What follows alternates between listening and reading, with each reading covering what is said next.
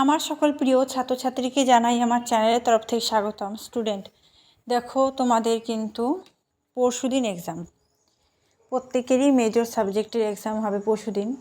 তো আমি তোমাদের আজকে একটি ভিডিও নিয়ে আসলাম তোমাদের সামনে আজকে। তো এই ভিডিওটি দেখলে অনেকটাই হেল্পফুল হবে যে কিভাবে শেষ মুহূর্তে প্রস্তুতিটা নিবে। ঠিক আছে, তো তোমাদের কালকের দিন বাদেই কিন্তু পরীক্ষা। তো আশা করছি প্রিপারেশনটা ভালো নিয়েছো। তো তোমাদেরকে বলবো একটু ধৈর্য সহকারে ভিডিওটি দেখো, তোমাদের কিন্তু অবশ্যই উপকৃত হবে।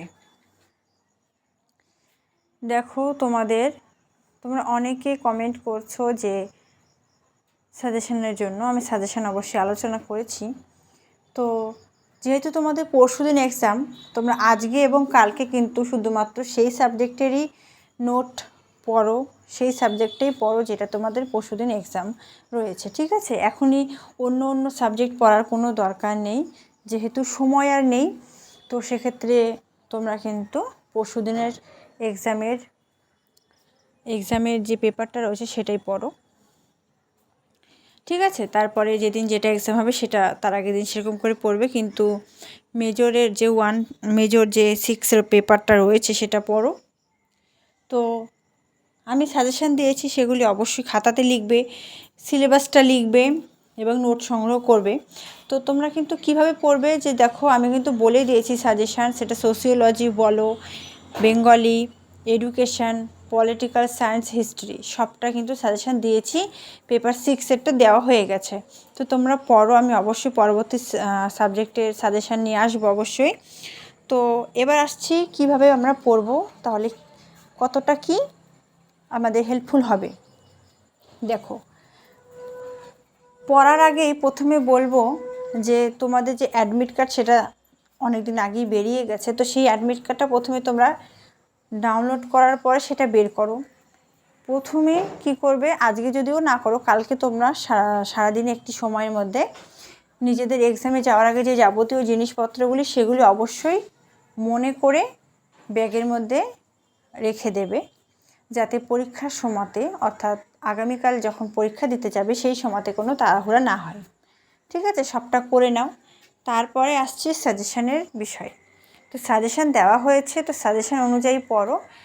যেগুলো প্রশ্ন দিয়েছি খুবই ইম্পর্টেন্ট। আমি তোমাদের প্রত্যেকটা নাম্বারের কতটা কি লিখতে হবে, তারপর কোন প্রশ্নগুলি ভেরি ইম্পর্টেন্ট, সবটাই আমি আলোচনা করেছি।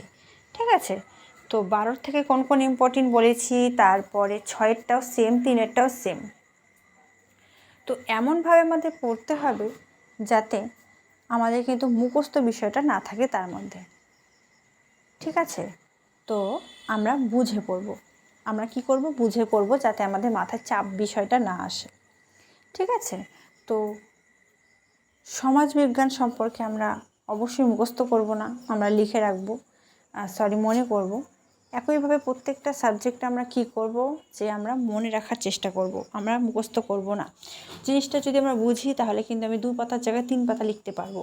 আর আমি যদি মুখস্থ করে পড়ি তাহলে আমি মাঝখানে 4-5টা লাইন ভুলে যাওয়ার পরে আমার কিন্তু সেই 2 পেজ থেকে আমার কিন্তু আরও শর্ট হয়ে যাবে এবং মাথায় আমার একটা চাপ সৃষ্টি হবে। সেই চাপটা কিন্তু একেবারেই কিন্তু প্রয়োজন না আমাদের, বা সেই চাপের জন্য কিন্তু আরও পরবর্তী আমাদের পরীক্ষাগুলো কিন্তু খারাপ হবে। তো আমি যেই সাজেশানগুলো দিয়েছি সেগুলি ফলো করো। খুব সহজভাবে নিজের মনের মধ্যে এটা নিয়ে আসো যে না, খুব সহজ, অবশ্যই আমি চাইলে পারবো। আমি পড়িনি এতদিন, ঠিক আছে, তবু আমি চেষ্টা করি। যারা একদমই পড়নি তাদেরকেও বলছি মনে সাহস আনো। 12 মার্কের প্রশ্ন কিন্তু কমন আসা কোনো ব্যাপার না, 6-এরও তাই, 3-এরও তাই।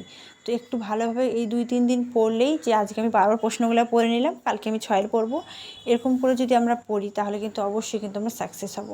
তো অবশ্যই তোমরা দেখো, একটু ভালো করে পড়ো, এবং কোনো বিষয়ে যদি প্রবলেম হয়ে থাকে, কোনো তোমাদের প্রশ্ন, তো সেটা অবশ্যই তোমরা কিন্তু আমাকে কমেন্ট করে জানাও, আমি চেষ্টা করব তোমাদের হেল্প করার। তো ভিডিওটি কতটা কেমন হেল্পফুল হলো তোমাদের সেটা কমেন্ট করে জানাও। Thanks for watching. After all, thank you সকলকে।